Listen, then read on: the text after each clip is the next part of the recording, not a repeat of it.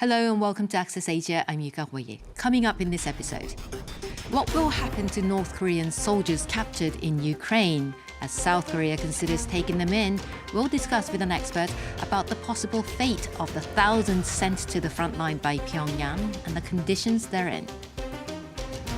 Japan auctions off tens of thousands of tons of rice from its emergency stockpiles to try and bring down skyrocketing prices. So why is the country facing a shortage? And a lively send-off. A marching band of women in miniskirts are in high demand in Taiwan as they perform 80s rock and pop to honor the deceased at their funerals. Since last year, more than 10,000 North Korean soldiers have been fighting on the front line to support Russia's war on Ukraine, though neither Moscow nor Pyongyang has officially acknowledged their presence.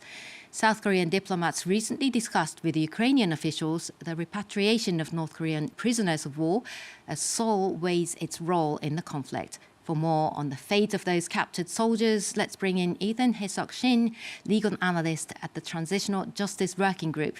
Thanks for joining us, Ethan. Thank you, Yuka, for inviting me.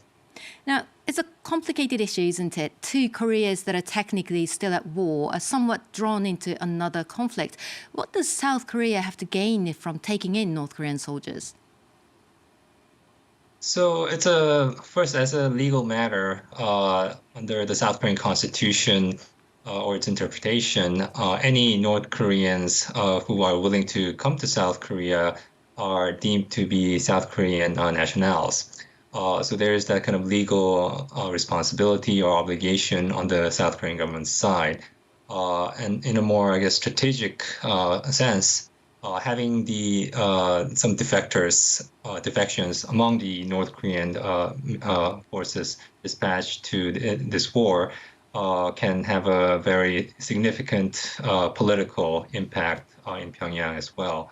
Now we're only talking about 2 North Korean POWs, but if, for instance, hundreds or even thousands of North Korean soldiers decide to surrender and come to South Korea, that would take a very significant political toll on Kim Jong-un back in North Korea.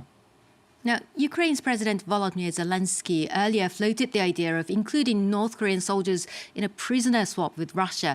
What could happen to them then if they were sent to Russia?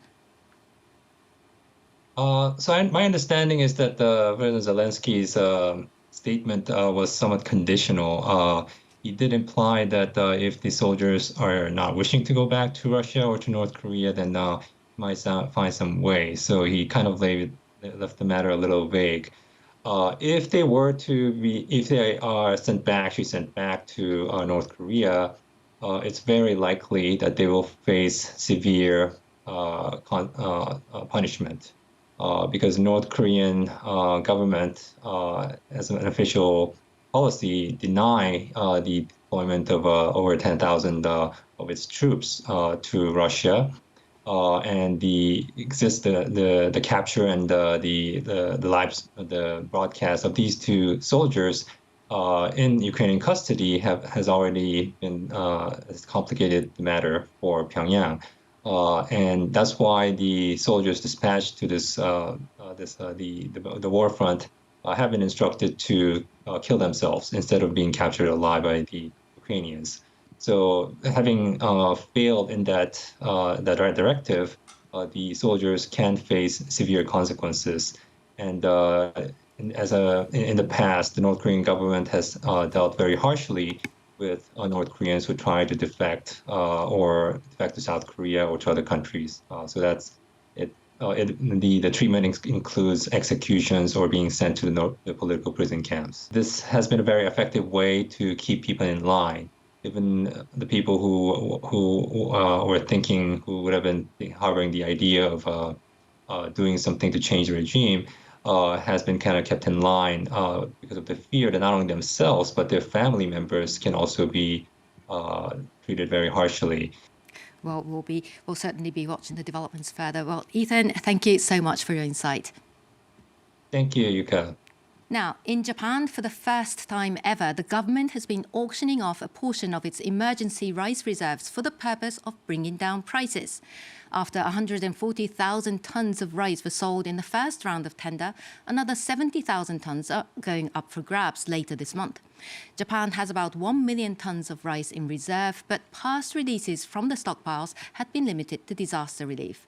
France 24's Jennifer Ben-Brahim has been looking at the issue. Hi, Jenny. Hi, Yuka.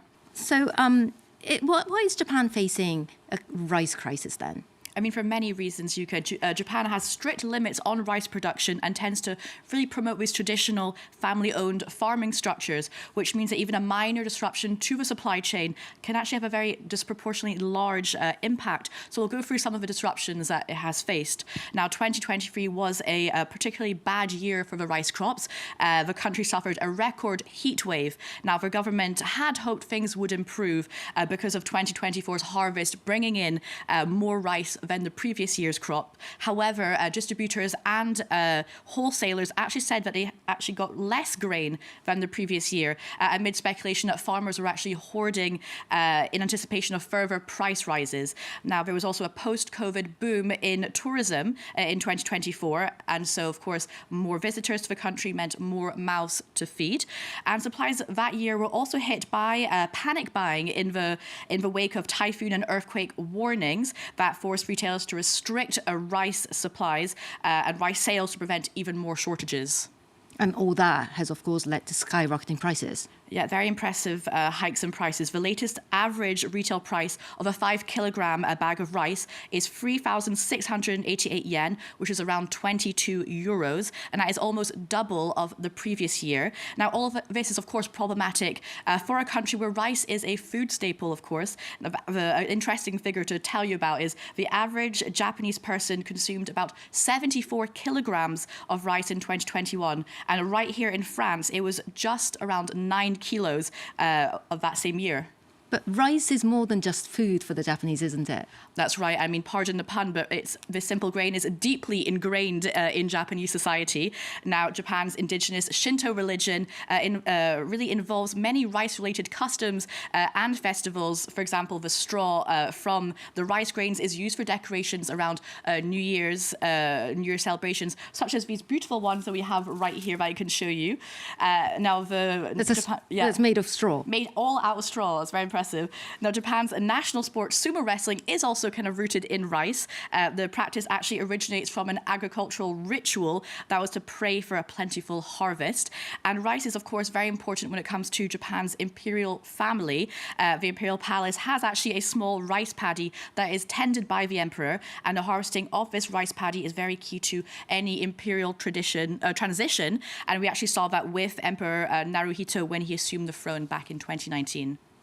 Now, the crop now, though, appears to be in the crosshairs of Donald Trump's trade war as well. Yes, and this is actually despite former Prime Minister Shinzo Abe managing to have a fairly constructive and smooth relationship with Trump during his first term. They even signed a quite important trade deal in 2019. Now, just last week, however, Trump's White House spokesperson accused Japan of imposing a hefty 700% tariff on U.S. rice imports. Now, these claims are only true to a certain extent, and here's why. Japan is actually very protectionist when it comes to the agricultural sector, specifically rice, and it has historically been very reluctant to import rice to protect domestic rice farmers, but due to pressure from organizations such as the World Trade Organization, they have been doing so for quite a few years. Now, under this minimum access deal, Japan imports around 770,000 tons of rice, all this tariff-free. And the US is the biggest exporter of rice to Japan under these terms. But, and this is where the US is somewhat right, Japan imposes tariffs of around 341 yen, which is around $2 US dollars per kilo on any rice imports outside of this framework. So that would make it around 700% tariff rate, but these numbers are from about a quarter of a century ago. Thank you, Jenny, for that. Now, moving on. Rock and pop are not the genres you might expect as a soundtrack to a funeral. But in Taiwan, traditional funeral rites have been taken over by modern marching bands, such as the all-female dazong, featuring brass, drums, miniskirts, and twirling batons.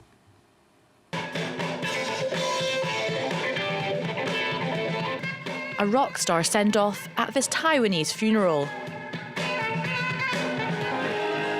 To 80s hit, I Hate Myself for Loving You. The purpose of the band is to liven up the atmosphere, which makes sense. When someone reaches their 80s, for example, this kind of arrangement is pretty common.